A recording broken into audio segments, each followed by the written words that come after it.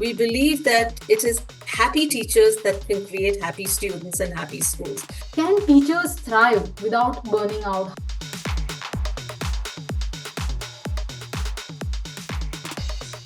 Working with teachers and helping them spice up their lives, so to speak, through visiting the 5 wells.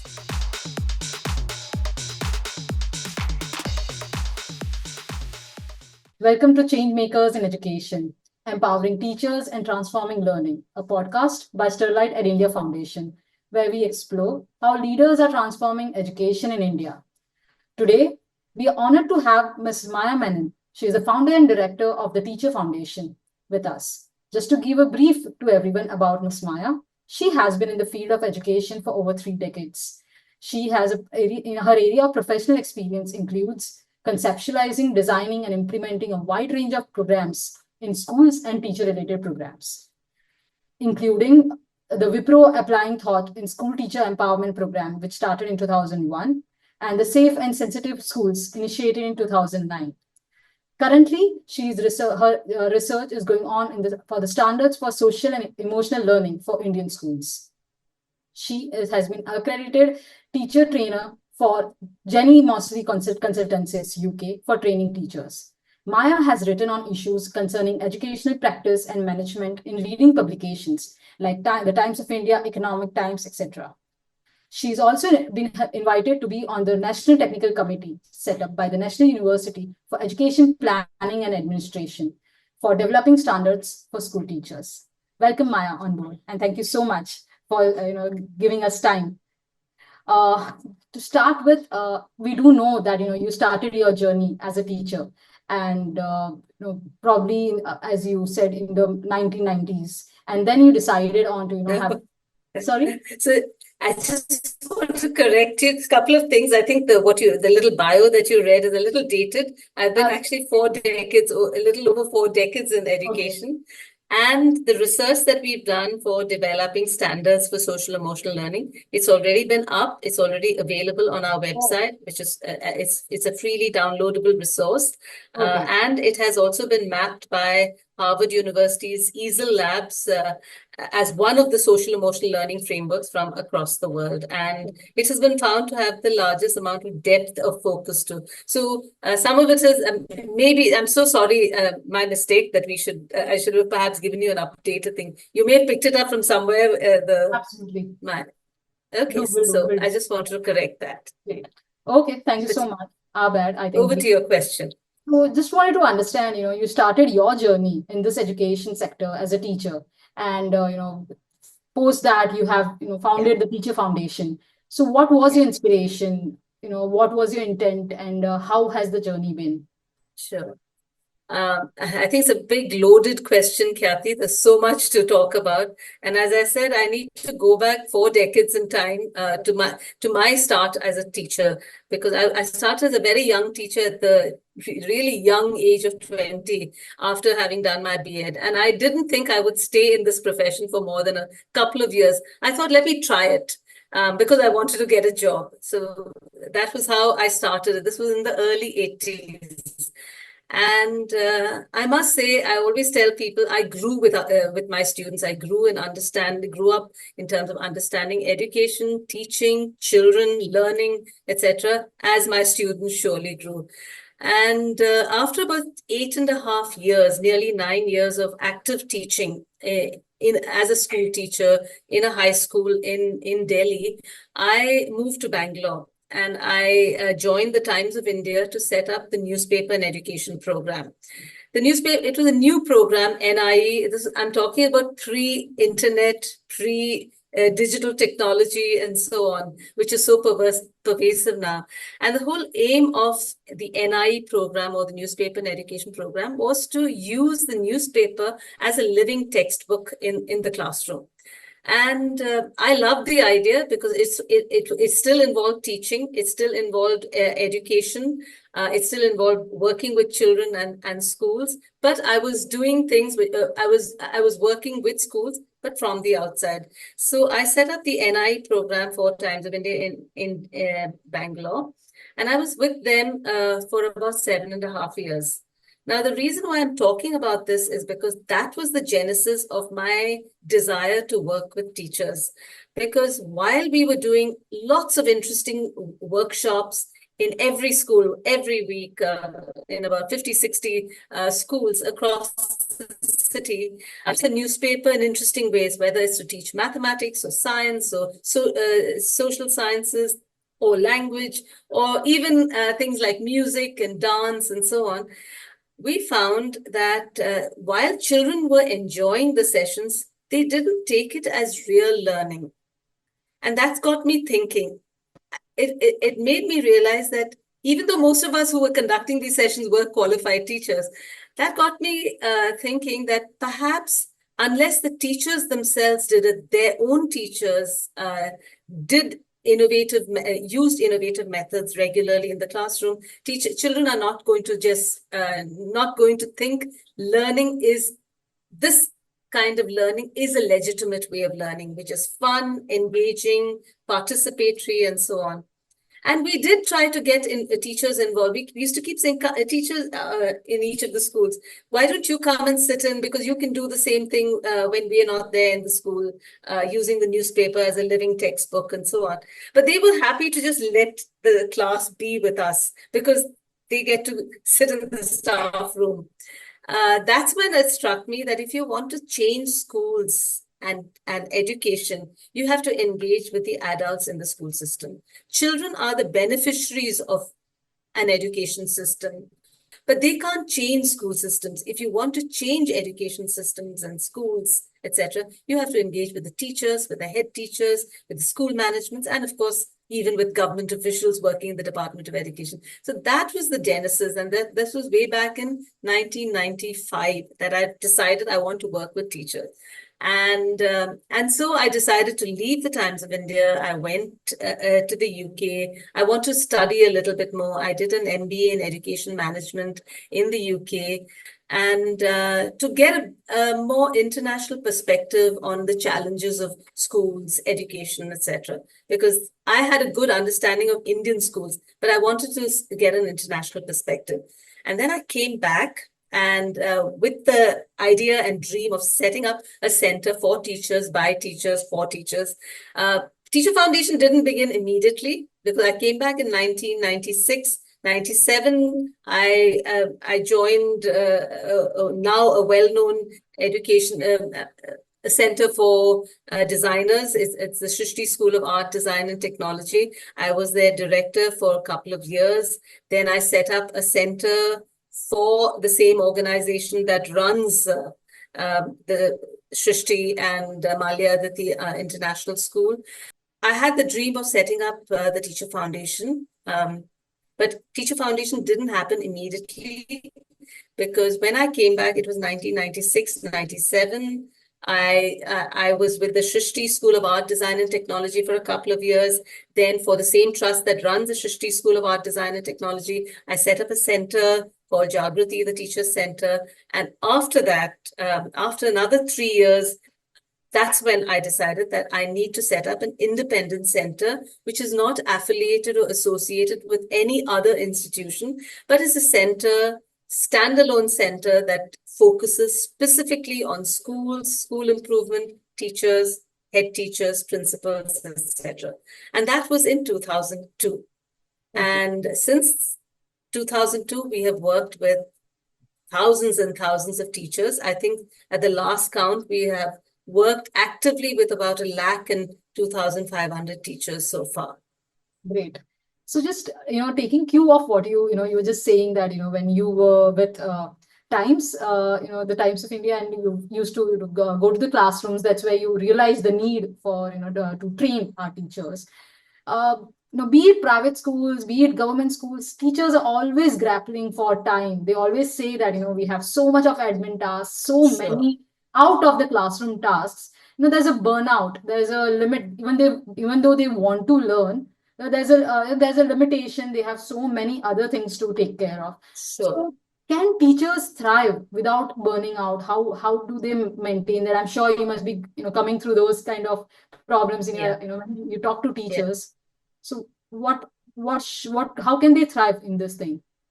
So I don't think anybody can thrive, not just teachers, not doctors, not lawyers, anybody in a high stress environment for extended periods of time. If you have to function that way, it's very difficult to thrive. So teachers have to take time out.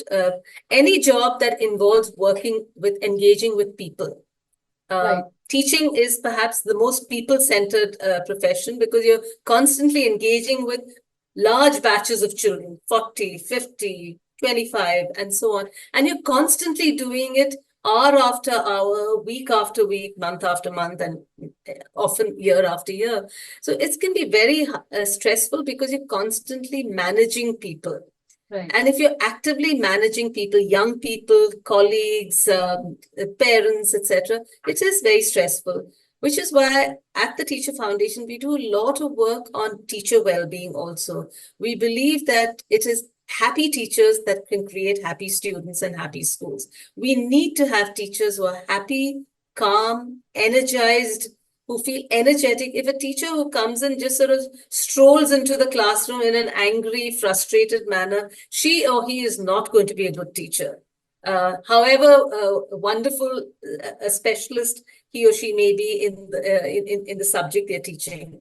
You need to have teachers who are mind, body, and soul sort of complete and balanced. So therefore, we have a lot of work. We do a lot of work with teachers, focusing on teacher well-being. We talk about teacher wellness as the whole idea of visiting the 5 wells, which is an idea that was developed by my dear friend in the UK, Jenny Mosley, who's set up the whole school quality circle time model of QCT. And she talks about teacher wellness as visiting the 5 wells, visiting the spiritual, and you can sort of abbreviate it as SPICE: spiritual well, physical well, intellectual well, creative well, and emotional well. So that's something we do at the Teacher Foundation, working with teachers and helping them spice up their lives, so to speak, through visiting the 5 wells. So Maya, as you said, I think when it comes to teacher well-being, schools, working with the schools is where I think, probably the best impact is created, along with working with teachers, with the school leaders as well. So, going through, this is something which is an initiative by the Teacher Foundation. Any policies or, where you think schools and, any policy which they can work will help our teachers avoid this burnout? Any policy level changes? So I think I don't think it's about policy, because, I mean, we have decent policies. We've always had decent education policies, whether it's the NEP 2020 or the National Curriculum Framework of 2005. They were all decent policies. It's more a case of practice. How do we implement it at the individual school level? It's not about the government deciding, or a set of an advisory body saying that this is how teachers need to avoid burnout. It is about what do the schools do what do the heads do at the individual school level, the principals, the school managements. How do they make teachers feel comfortable? Do they provide a decent place for them to sit in the staff room? Many schools in our country don't even have a proper staff room for teachers to sit in when they are in between teaching periods. Do they have, refreshments available in terms of tea, coffee, maybe biscuits? Do they have a good washroom, which is clean and hygienic? These are immediate basic requirements. Then, of course, there must be opportunities for teachers to regularly engage and interact with each other in a social way, rather than just in terms of a pedagogic way, which means, read, share an article they've read and discuss it, or watch a movie together and discuss it, or do some fun things like going rock climbing, or trekking together. These are all ways in which we can actually protect our teachers from burnout. Understood. That's why I said visiting the 5 wells. Yes. You can have a spiritual well, you can do a physical thing, you could do intellectual, to some creative thing like, painting something, making a mural together for the school. And of course, emotional when you're constantly, talking to each other as persons rather than just as I'm a history teacher, I'm talking to a maths teacher. Then you engage with, you are able to stem the whole problem of burnout. Understood. Great. So as you know, just taking forward that thing, what we have observed is probably not only government schools, also private schools. Sometimes, teachers reach that level where they become, redundant to learning. They don't open up and they don't accept what the global, needs are, what is happening globally. So are there any practical steps that can ensure that all our educators stay curious and can bring in some fresh ideas? I think the whole issue of curiosity is so important because curiosity is what leads to learning. And teachers being in the learning business, they need to be learning themselves always. And Right. sadly, I must say, and I am the biggest champion of teachers, I would say, one of the biggest champions of teachers in this country. I believe our teachers are not curious and very keen to learn, the vast majority. And I'm not blaming them. It is partly because of the kind of conditioned learning they've gone through. I always say teachers teach, and it's also a known fact internationally, teachers teach the way they have been taught. And the way our teachers have been taught, whether when they were in primary school, secondary school, colleges, B.Ed training, maybe subsequent master's program, it has been very pedantic and textbook oriented and boring. They have done all these qualifications only to pass exams. How are you going to ever nurture curiosity if all you've done is pass exams? Sometimes you may pass exams with flying colors. That's okay. But the point is that have you really engaged with the curriculum, with the material, questioned, debated, discussed, and so on? I think these are important. So I think the curiosity aspect is important, which is the reason why when we work with teachers and we work with any group of teachers for several hours at a time, not necessarily all in one bunch, we sort of stagger it across many weeks, many months, and so on. So if we are working, say, with 100 teachers at a time, we could be working with them across 1.5 years, where so that is important. That staggered kind of engagement is important. If you do a short burst of training for 1 day or 2 days, or even a few hours, that's not, they may be interested in the topic or theme you're discussing, but that's not going to change teacher behavior. Teachers will change not by enhancing the knowledge in their head, but actually changing the behavior, how they behave in the classroom, how they function, how they engage with children, how they engage with the curriculum, how they can think about assessing students and so on. So that behavior needs to change. And for that, you need to have an extended engagement with teachers. And that's what we do at the Teacher Foundation. We don't just train teachers through workshops, etc., across several weeks and months, but we also go into the classrooms, observe them, give them feedback, that kind of hand-holding and one-to-one coaching, which is very, very labor intensive, but that is what changes teachers' mindsets and teachers' excitement to learn and teachers' behavior in the classroom. So this whole curiosity thing the point that you asked about, that starts with giving teachers a different learning experience for themselves. And that cannot happen in just a 1 day, 2 day affair. It needs to happen because you're trying to undo the damage that's been done for many, many years, right through their growing up years. So therefore, it's important to engage with teachers in a sustained way rather than giving a short burst of training. Great. I think you rightly said, we need a sustained way of engaging with them. But, sorry, yes. I know, sorry. It's the same example of if you go to a fitness coach or an instructor, I can get a wonderful burst of 1 day Is that going to help my body? Not really. But Right. if I do it in a sustained way and it's become a habit with me, then I can keep up, the same way of living and exercising, etc. So that's the whole point. Okay, great. No, but you rightly said, but just dwelling further into it, considering India, our geography, and 70% of our population is rural population, and most of these schools they lack electricity, right? As per the URI's data. So how is the Teacher Foundation helping these educators to meet the diverse students' needs? How are we creating such vibrant learning spaces? How was your journey while working with schools, probably with state of art infra, while some schools are even lacking basic infra needs? So Yeah. how's that doing?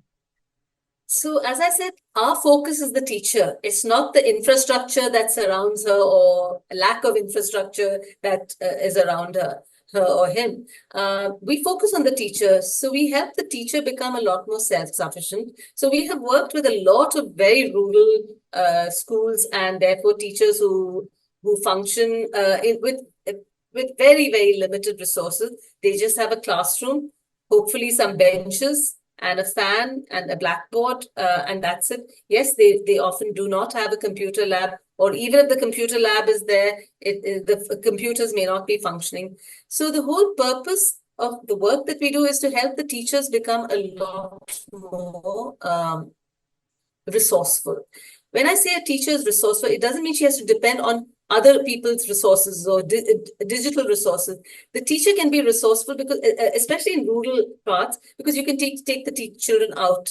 You can take them under a tree because in the rural government schools, in fact, the spaces are much more pretty and more aesthetic than the urban government schools. So there are lots of possibilities with the teacher. But for that, you need a thinking, caring teacher.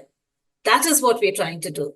It is not about infrastructure is not there. They don't have great, they don't have access to computers or internet and so on. It's about, do they have access to a caring, thinking, energetic teacher? That is what we need to have in India initially. I'm not saying we should not make sure that all our rural schools have technology and are connected to the World Wide Web. But first and foremost, they need to have caring, energetic, enthusiastic adults teaching them. And that's what we focus on. Great. So I think you're right. The teacher training indeed can transform classrooms, right? And Absolutely. yeah. And just to take it ahead, as most of the teachers would So now. I'm sorry I'm interrupting, Khyati, but a lot of times we use this as excuses that, oh, these schools are functioning like this because they don't have access to internet, they don't have access to technology. It is just an excuse because then you can say because you're depending on external things like technology and resources to improve our schools. When the most important thing that you need to focus on is the adult in the classroom, and that is the teacher.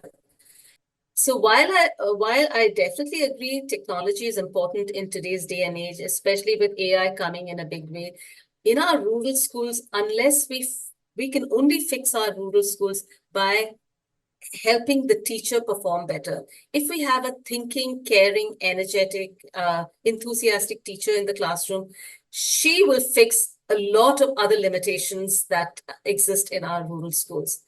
And a lot of times, governments, departments of education, NGOs like ourselves, myself, our organization, we tend to actually we don't do it, but many other NGOs, we tend to try and sort of divert the attention and focus, and we focus on the resources rather than the people. The people are important, and if we engage with the teacher in the classroom, then a lot of other limitations and lack of resources become minimized. Right. I think you kind of answered my next question, when you were talking about the burning question of the times right now is AI. It's just, we do know that in rural India, only 25% hardly might be having internet. But do you really think No, AI? it's not a functioning internet in the schools. So let's consider that's less than 25% then. But do you really think AI can fully replace teachers' human touch? Do you think we should be prepared for something bigger? I'll tell you what my fear is.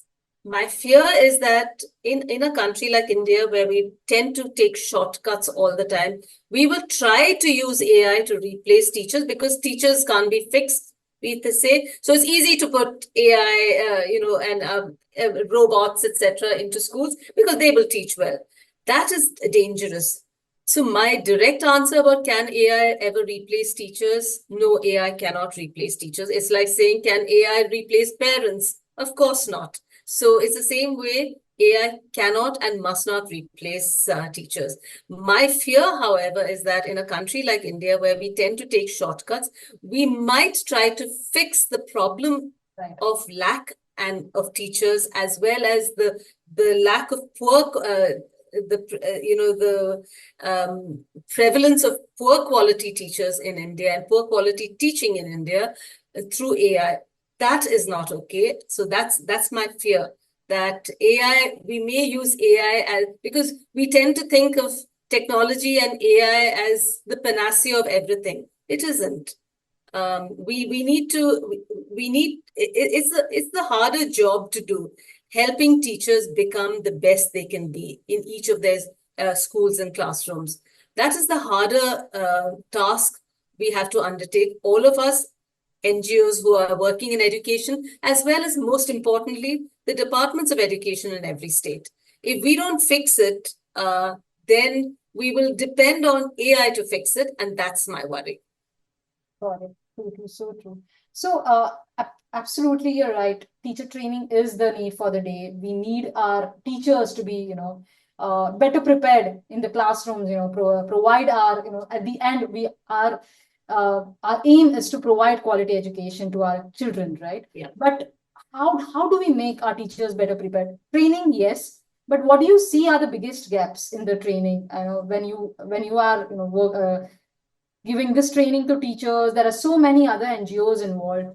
What do you think, according to you, are the biggest gaps? Because at the end, even though the teacher training, etc., has been going on, the ASA data does, 23 data does show that more than 50% of our rural students still are unable to do basic math, unable to do, read sentences in English. So what do you think, what innovative approaches can we, help our educators for today's classrooms? How can our educators be better prepared? So to prepare our teachers better, and when we have worked with thousands and thousands of teachers, as I said, we work with over 1 lakh of teachers.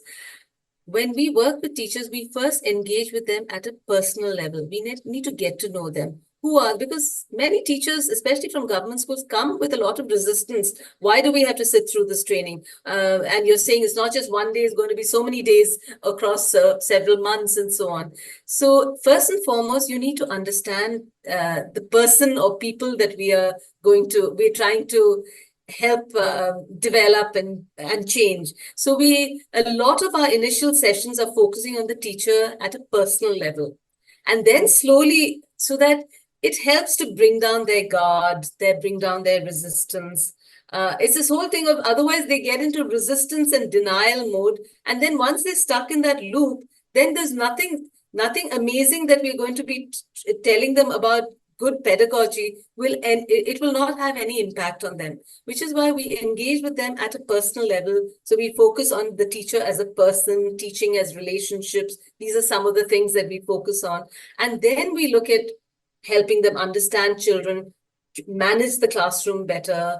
And then finally, we get into the nitty-gritty and the complexities of active learning, engaging with children in interesting ways, collaborative learning, lots of other things. And then, of course, assessing students. And finally, of course, if you want to work with children this way, how do you therefore design learning in the classroom in ways that are meaningful for the children and enjoyable and meaningful for the teacher too? So that's why it takes time.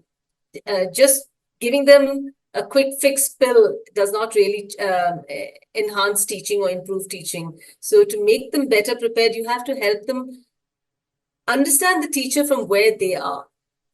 Why are they resistant? Why do they feel so bothered about children and so on? And then slowly help them fix. Because I always tell schools and teachers, no teacher walks into a classroom saying, I want to be a bad teacher. I want to be hated by my students. Sometimes, even in the worst schools possible, no teacher wants to be called a bad teacher.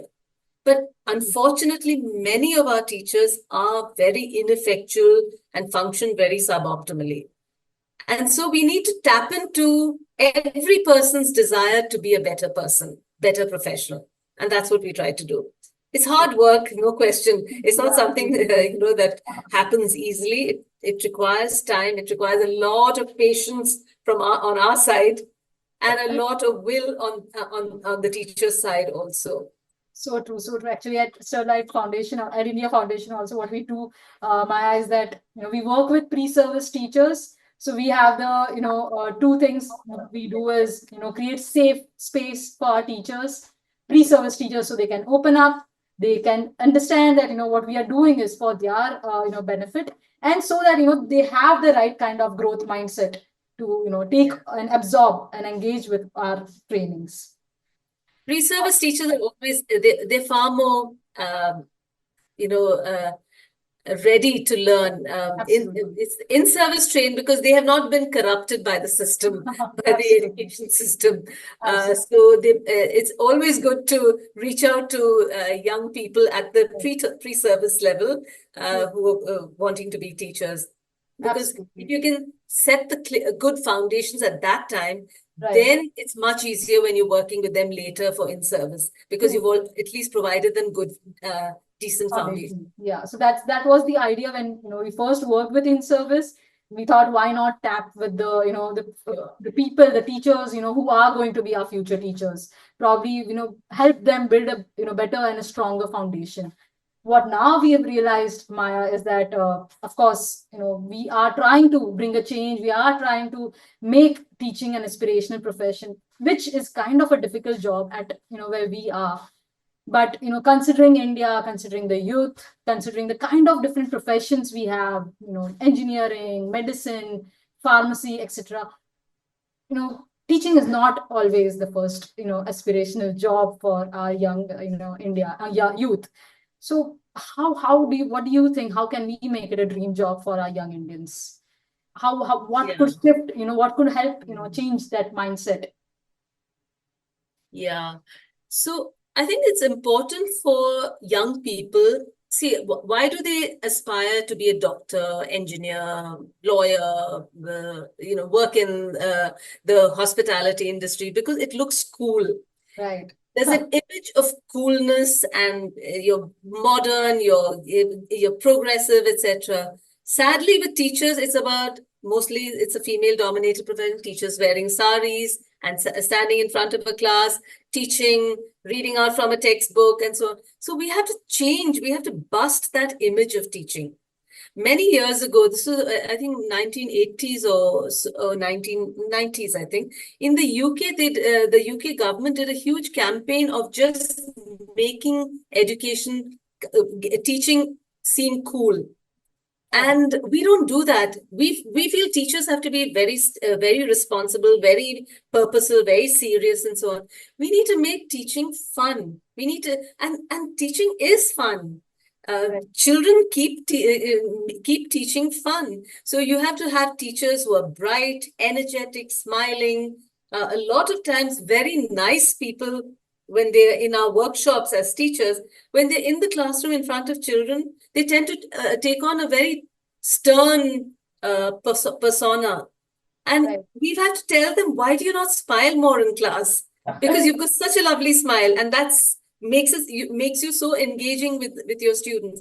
So I think we have to physically change the image of teachers and teaching. It has to be fun, it has to be energetic, it has to be modern, and it has to bust a lot. We have to bust a lot of myths about teaching. So maybe through your foundation, you can actually look at doing a whole campaign busting the myth of today's teachers and making teachers seem cool. And we'd be happy to work with you on that because we have a lot of ideas. Absolutely. I think that is so true. I think that sums up, yeah, because we have to, I mean, this youth is exposed and, to so many, whatever's happening, in the world, you know, as important as teaching, as a teacher, which plays such a big role, when we are speaking to our pre-service teachers, whoever wants to be a teacher is because they had a better teacher in their life. Yeah. It's as good as that. It's as simple as that. They said that they like this subject because they had that teacher, who helped them out with that particular subject. So, sometimes the answers are so simple, but the world we are grappling with the, with the world, the way it is moving, it becomes kind of a difficult task for them to, open their eyes and see, how a noble profession it is. So true. I know we sort of focus and putting teachers on a pedestal Yeah. and calling us noble. I mean, every profession is noble. Anything if you do well and with passion and commitment is a noble job because you're doing good to this world, whatever way you're doing. But we tend to put teachers on a pedestal and then just neglect them. That is the huge disservice that we've done to our teaching community in our country. In fact, it's almost criminal the way we have neglected our teachers. So right now, I just wanted to understand. It's not part of the questions that we had, but when you're working with the different communities, be it the teachers who have just beginning their professional life, teachers in their mid career, as well as the school leaders, how are you seeing the impact? I mean, of course, the school leaders might Are be we a seeing small. impact? Yeah. Yeah. I think that's an important question because a lot of people ask us that. Schools ask us, funders ask us. So you have to, and it's difficult. It's far more complex. A lot of people sometimes say, oh, if teachers are teaching better, then children have to be learning better. So children's results have to be better. And yes, that is one way of doing it. But that does not happen immediately. If you are working with teachers in a particular year and you're assessing children, doing a baseline assessment and endline assessment with children in that year, the children will perform better, partly because the children are growing entities. So if you've done assessed them in June and then again the following March, children have grown, so they will hopefully have learned something. So what we have to be measuring multiple things. One thing we have to measure is the teacher behaving differently in the classroom. So that's the first thing that becomes immediately apparent. And we do that when we're observing teachers in the classroom. We have a set of indicators that we track teachers on. So when we observe them before the intervention, during the intervention, after the intervention, we're using the same trackers to see how is the teacher changing in how she is interacting with children, how she is planning her lesson, how she is engaging with the content and the curriculum, how is she checking if children are understanding, and so on. So that we can actually quantify and track across on a graph. That is one thing. Secondly, it's of course you could do qualitative interviews with teachers to see how's the teacher before and how's the teacher after. And then of course over a period of 3 to 5 years, if you're measuring children's progress, say grade 3 today and grade 3 5 years later in the same school, how are the children performing better? If you have improved the quality of teachers and teaching in the school, the teachers should be the 3 years down the line or 4 years down the line, the same classes. I mean, they're not the same students, but the grades are the same. Right. Grade 3, grade 4, grade 5, they're performing better, then that's an indication of impact. Impact. So true, so true. I think. Thank you so much, Maya. I know I have kind of, moved away from the trajectory that was given to me. Just wanted to understand. So what? I mean, just a final question. And so, what next at the Teacher Foundation? I mean, I know that it has been from first you were doing offline face-to-face training. You also moved into digital, training. What next do you think at the Teacher Foundation would you be So experimenting? what next for teachers is, I think doing more and better what we've done all these years, these past over 2 decades. One, because the number of teachers we have in our country is so huge. We are a country of 9.5 million teachers, and still we have a teacher shortage. We have to work with the head teachers. So, and just one organization can't do it. So I think what next would be, how do we collaborate with other organizations? Because in order to amplify and magnify the impact of the work, one organization, however many branches the organization may set up, will not be able to do. So I think the issue with education and the problem of improving quality of teaching and teachers in our country needs organizations to come together and engage with the government, and one has to create collectives and collaboratives to work in the space. So I think that would be what next. Thank you so much. Thank you so much, Maya. It's indeed an honor to have, such an expertise on our platform. It's always, it's always an honor to listen and, understand the story, understand the thinking, ideas, behind such great, impact that we create in this field. Sure. Thank you so much.